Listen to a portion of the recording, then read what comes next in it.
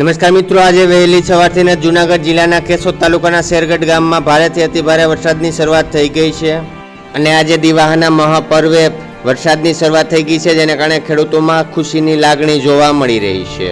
તેમજ મિત્રો, હજી આવતી 28 તારીખે ગુજરાત ઉપર એક સિસ્ટમ આવી રહી છે, જેને કારણે પણ ગુજરાતમાં ભારેથી અતિભારે વરસાદ પડવાની શક્યતાઓ છે, પરંતુ આ સિસ્ટમનો સમય હજી ઘણો દૂર છે, એટલે સમય નજીક આવતા અમે વિડીયોના માધ્યમથી તમારા સુધી પૂરતી માહિતી પહોંચાડશું।